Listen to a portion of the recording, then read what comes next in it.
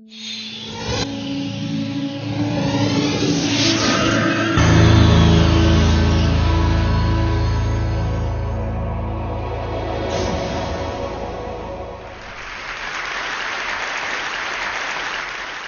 imagine a big explosion as you climb through 3,000 feet. Imagine a plane full of smoke. Imagine an engine going clack, clack, clack, clack, clack, clack, clack. Sounds scary. Well, I had a unique seat that day. I was sitting in 1D. I was the only one who could talk to the flight attendants. So I looked at them right away, and they said, no problem. We probably hit some birds. The pilot had already turned the plane around, and we weren't that far. You could see Manhattan. 2 minutes later, 3 things happen at the same time. The pilot lines up the plane with the Hudson River. It's usually not the route. He turns off the engines. Now imagine being on a plane with no sound. And then he says 3 words, as unemotional 3 words as I've ever heard. He says, brace for impact. I didn't have to talk to the flight attendant anymore. I could see in her eyes, it was terror. Life was over. Now I want to share with you 3 things I learned about myself that day. I learned that it all changes in an instant. We have this bucket list, we have these things we want to do in life, and I thought about all the people I wanted to reach out that I didn't, all the fences I wanted to mend, all the experiences I wanted to have and I never did. As I thought about that, later on I came up with a saying, which is, I collect bad wines.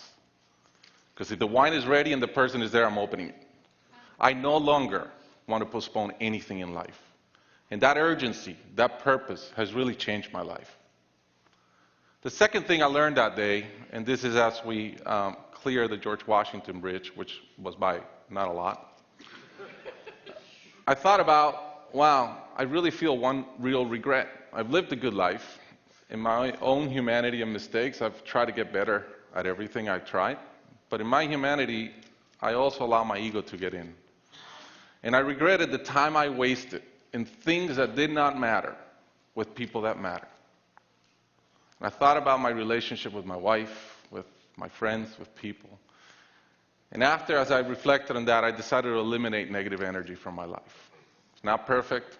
It's a lot better. I've not had a fight with my wife in 2 years. It feels great. I'm no longer trying to be right. I choose to be happy. The third thing I learned, and this is as your mental clock starts going 15, 14, 13, you can see the water coming. I'm saying, please blow up.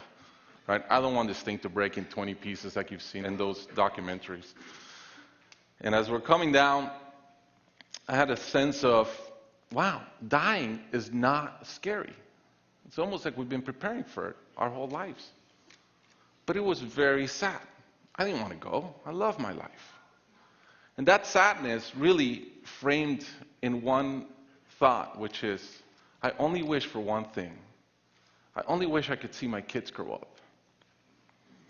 About a month later, I was in a performance by my daughter, first grader, not much artistic talent, yet. And I'm bawling, I'm crying like a little kid.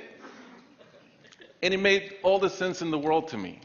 I realized at that point, by connecting those 2 dots, that the only thing that matters in my life is being a great dad. Above all, the only goal I have in life is to be a good dad. I was given the gift of a miracle of not dying that day. I was given another gift, which was to be able to see into the future and come back and live differently. I challenge you guys that are flying today. Imagine the same thing happens on your plane, and please don't. But imagine, and how would you change? What would you get done that you're waiting to get done because you think you'll be here forever? How would you change your relationships and the negative energy in them? And more than anything, are you being the best parent you can? Thank you.